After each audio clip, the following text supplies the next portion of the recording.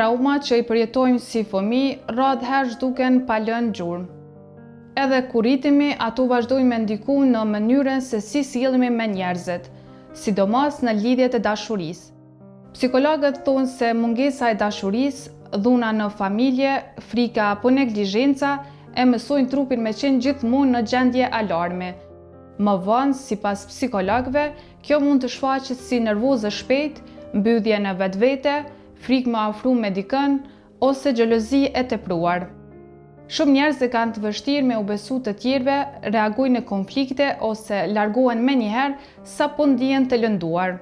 Sipas specialistëve, dashuria nuk mjafton gjithmonë nëse plagët emocionale nuk janë shëruar.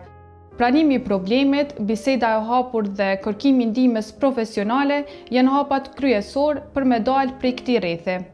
Me kuptu traumën është fillimi për me ndalë përsëritjen e saj në jetë.